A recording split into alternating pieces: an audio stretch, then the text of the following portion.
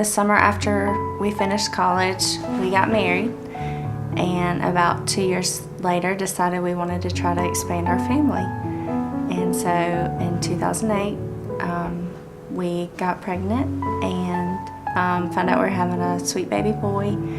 And April of 2009, our sweet Tucker was born.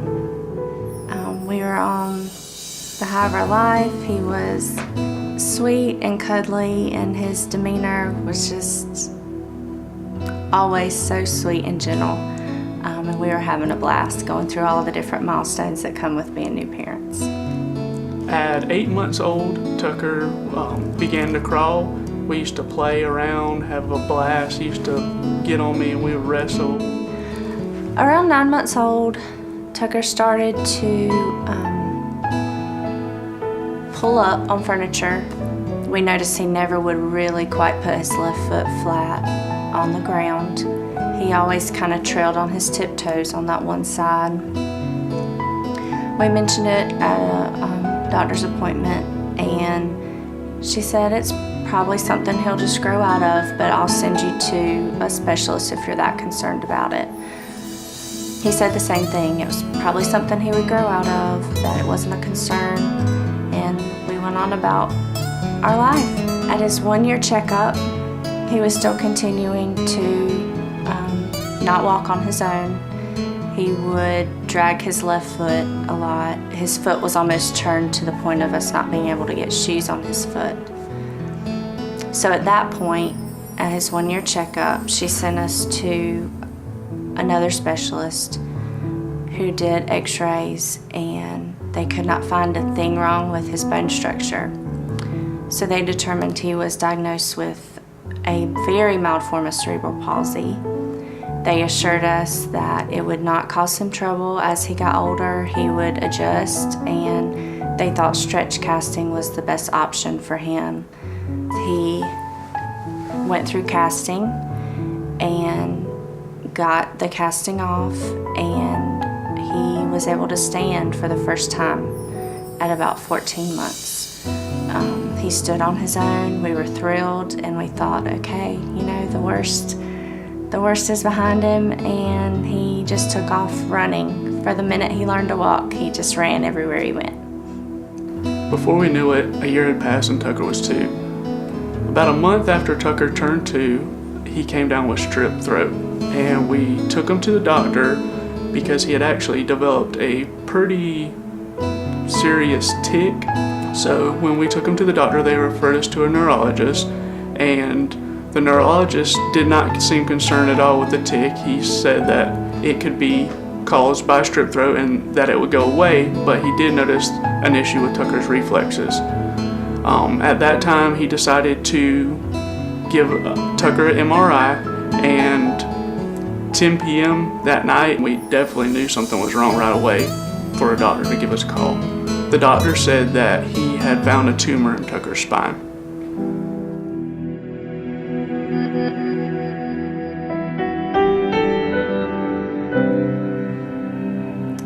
It was almost an out-of-body experience where you hear what he's saying, but you are not fully wrapping your head around the enormity of what he just told you.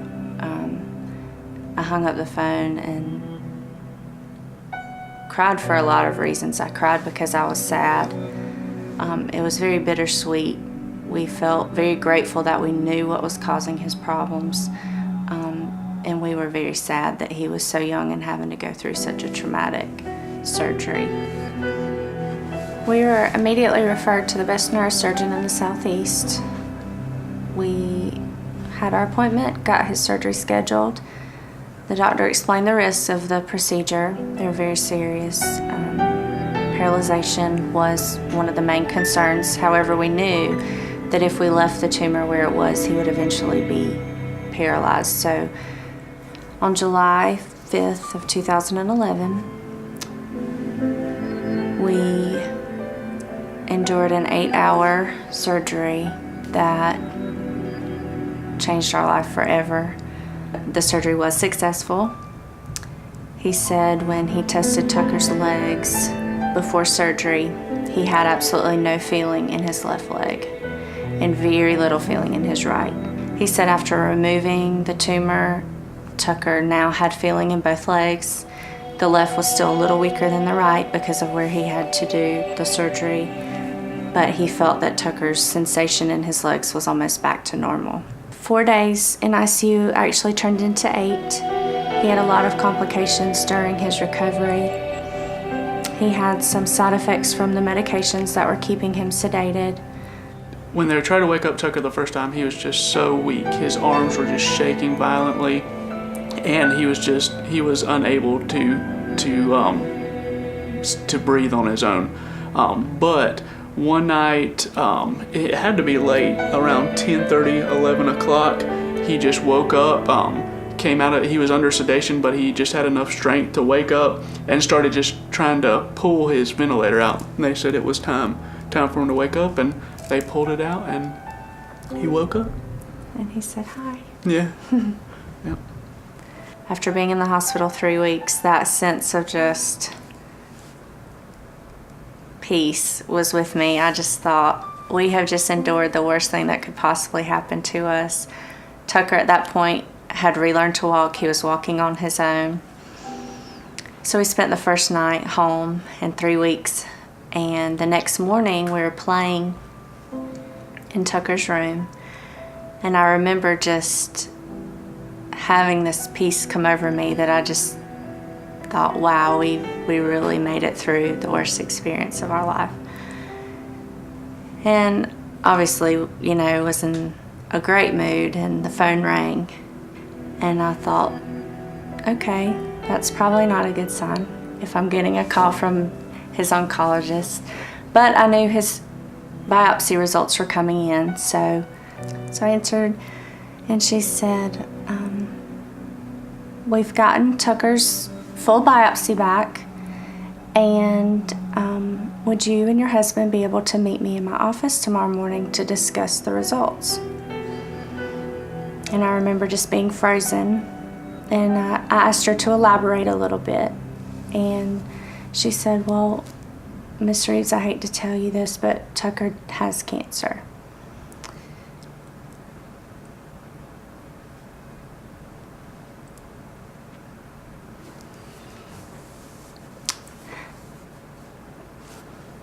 And my world stopped.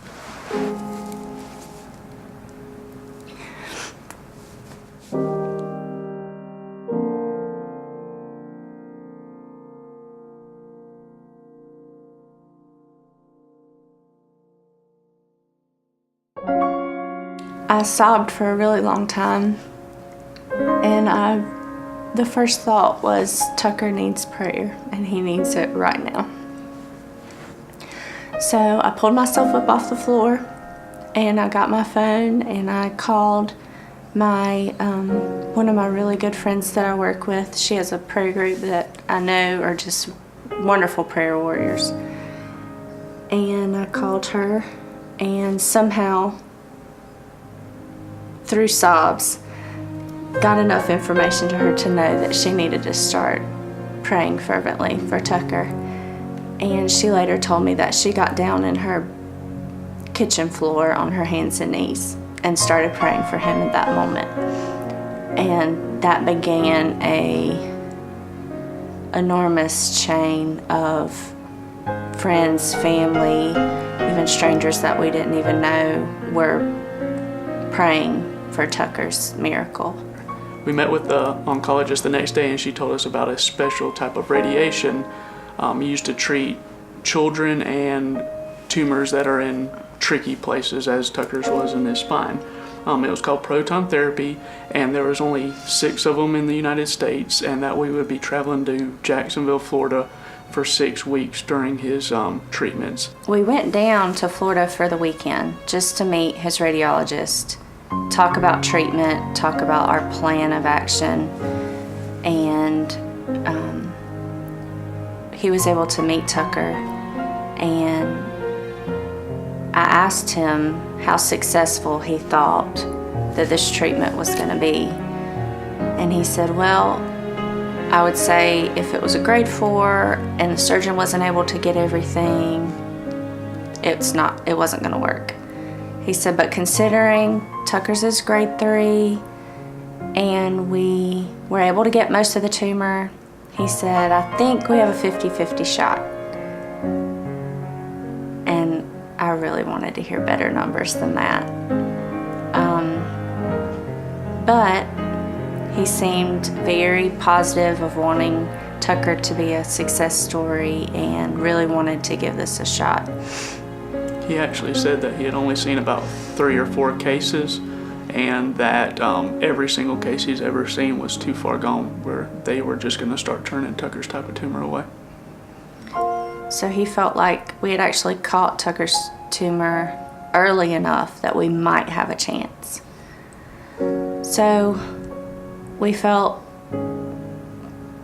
very good about that, and Tucker had a few test things done while we were down that weekend, and Dr. Indelicato came back in after we had done some other tests, and he was very concerned. And apparently Tucker's last MRI had just come back, and he said, this looks like Tucker's tumor's already regrowing, and if that's the case, then the statistics I gave you before have just dramatically been lowered. We brought the scans back to Greenville and had other specialists review them, and they all confirmed that Tucker's tumor in fact was regrowing and regrowing rapidly. We decided we were going to risk everything to be together as a family.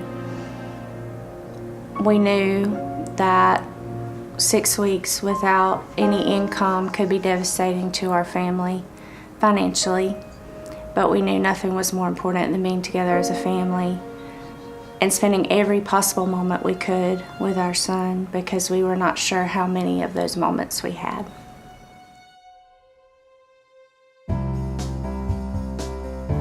The day before we were leaving for our 6-week trip to Florida, the community had pulled together to throw a big benefit for Tucker and our family.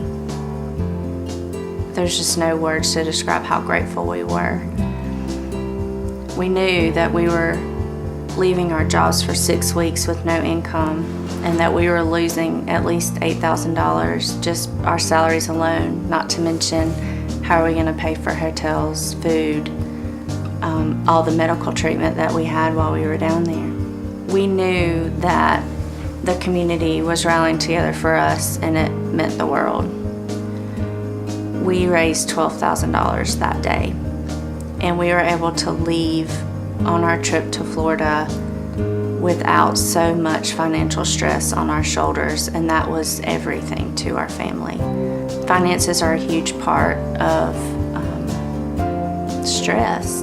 Finances are a huge stress when you're going through an illness in the family, but there's nothing compared to the fear of your child's future.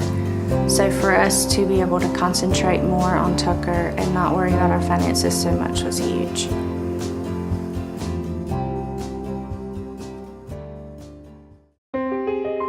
In September of 2011, we finally made it to Florida, and Tucker started receiving his radiation and his chemo treatments.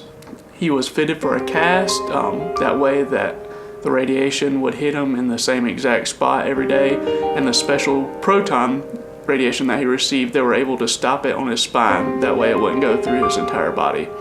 I remember the first time he had chemo, he came home and he was so sick, but luckily the doctors got his medication down, and they said that it's kind of just like a formula. They just have to get the right formula together, and luckily after that he was hardly physically sick anymore. They told us after his 6 weeks of treatment, they told us to go home and let it work its magic, as they say. Proton radiation builds up in your body, so the effects from radiation were not immediate. We knew that as we left, Tucker's tumor probably had not changed at all, So it was a waiting game at that point to see, is the radiation going to work? Is it not going to work? Radiation was Tucker's best hope of survival. They were not even sure that chemo did anything to his tumor. They were doing it for precaution, but they felt like radiation, if Tucker was going to have a chance to survive, that radiation was it. So we came home, tried to get back to life. It was very difficult. We went back to our jobs, bills, errands, just daily life went on around us, and obviously all we could think about was Tucker's health and being together as a family. In November, he had his first post-radiation MRI. And they had prepared us that we probably would not see any change in Tucker's tumor at all, that it had not been long enough for radiation to start to work. We were prepared for maybe his MRI to even look worse than it did before treatment. November came, he had his MRI, and to everyone's surprise, it actually showed some shrinkage in his tumor. And that was wonderful news. I felt like the weight of the world that had been on my shoulders got a little lighter at that point and helped me continue day to day of the monotony of work and bills and the stress of the future. And they felt like, although that was great news, they still were not certain that treatment was going to do any more than that. In February of 2012, I was at work. Tucker had just had an MRI to check progress of his tumor. In November, we had just seen that there was some shrinkage, and I was hopeful that this scan showed a little more shrinkage. I went to work that day, and I was anticipating the phone call, but I had a peace about the phone call. I was not on pins and needles. I was able to work and go through my day, and I believe that was just the grace of God just giving me that blanket of peace, and not being at home just worrying myself sick over the scan. I was able to go to work, and I got the phone call that I'd been waiting for. And I had a student teacher at the time, so I was able to step out of my classroom and answer the phone, and Dr. Bryant said, "Tucker's MRI looks wonderful. There's no enhancement and no evidence of disease at all." Perfectly clear MRI. We could not have asked for more. And you would think I would just be jumping up with joy and screaming with excitement, but after everything we had gone through, I wasn't sure if I should be excited at that point, which sounds weird, but I just wasn't sure if, I wanted permission from her to say, yes, be excited. So I said, "Can I be excited about this?" And she said, "Yes, be thrilled. This is wonderful. We could not have asked for anything better. Go have a wonderful weekend with your family." And I hung up the phone and immediately went to a friend and colleague of mine that had been praying for Tucker. And we just hugged and cried in the hallway, and news started traveling down the classroom doors that Tucker's MRI had been clear, and teachers were coming out of their classrooms yelling and screaming with excitement. And that's something I'll never forget. It's awesome. Yeah, I called Tyler and shared the wonderful news, and we knew that the miracle that we had been praying for was happening.